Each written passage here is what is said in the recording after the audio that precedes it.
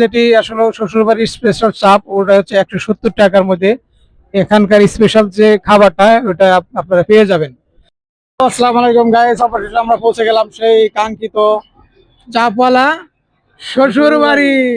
আসলে যে রেস্টুরেন্টটা আসলে আমাদের বাংলাদেশের চিত্রনায়ক ওমর সানি স্থাপন করেছে, সেটা এখানে আমরা অবশ্য চলে আসছি যে এখানে আসলে দেখবো ঘুরে ঘুরে আসলে কি কি খাবার দাবার পাওয়া যায়, এবং কি আমরা শুনছি প্রতি শুক্রবারে উনি এখানে আসেন। আমরা একটু ওনার সাথে দেখা দেখা করবো এবং কি সেলফি টেলফি তুলবো আশা করা যায়। আসলেও দেখতে থাকেন, আমরা আসলে ভিতরে দেখবো আসলে কি কি খাওয়া পাওয়া যায়, জায়গায় সব জিনিস খাবো এবং কি ঘুরে ঘুরে আপনাদেরকে দেখাবো। অনেক ভালো।